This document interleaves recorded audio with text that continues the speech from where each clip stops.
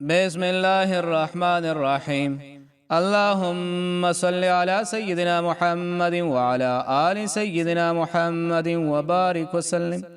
عزیز ساتھیو، السلام علیکم۔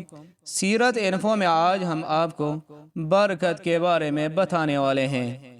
برکت کو بیان نہیں مخصوص کیا جا سکتا ہے۔ جب آپ آمدن و اخراجات کے حساب کتاب کے چکر میں پڑے بغیر اور بنا کسی ٹینشن کے اپنا کچن چلا رہے ہوں تو اسے برکت کہتے ہیں۔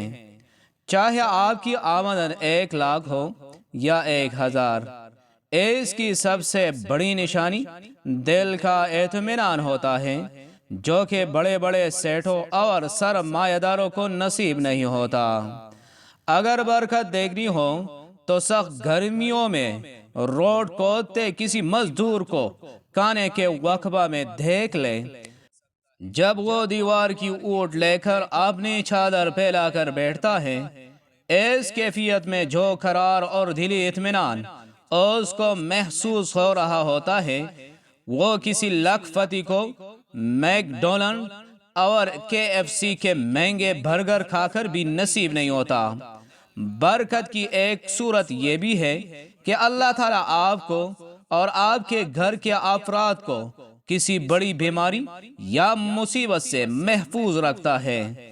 انسان اسپتال اور ڈاکٹروں کے چکر سے بچا رہتا ہے، یوں اس کی آمدن پانی کی طرح بہہ جانے سے محفوظ رہ جاتی ہے۔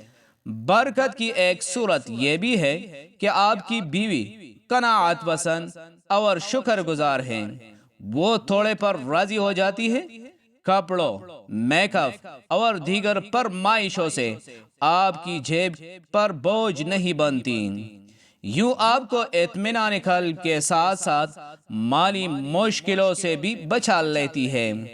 برکت کی ایک صورت یہ بھی ہے کہ آپ کو اللہ تعالیٰ نے نیک اور شکر گزار اولاد عطا کی ہے، وہ آپ نے دوستوں کی دیکھا دیکھی آئے دن آپ سے نئی نئی فرمائشیں نہیں کرتی بلکہ شاکر رہتی ہیں۔ برکت کا تعلق مادی ذرائع کے برعکس اللہ تعالیٰ کی غیبی امداد سے ہیں۔ یہ تو تھی مال اور آمدن میں برکت، اس طرح وقت اور زندگی میں برکت ہوتی ہے۔ وقت میں برکت یہ ہے کہ آپ کم وقت میں زیادہ اور نتیجہ خیز کام کر سکیں۔ اس طرح عمر میں برکت یہ ہے کہ آپ کی زندگی برے کاموں میں خرچ نہیں ہو رہی ہو بلکہ اچھے کاموں میں صرف ہو رہی ہو۔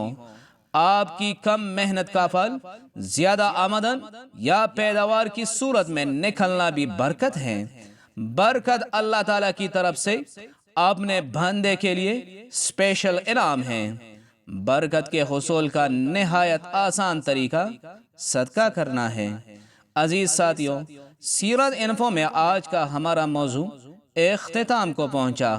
اگلی ویڈیو میں ایک نئے موضوع کے ساتھ پھر حاضر خدمت ہوں گے، اس وقت تک کے لیے اجازت دیجیے۔ اللہ حافظ۔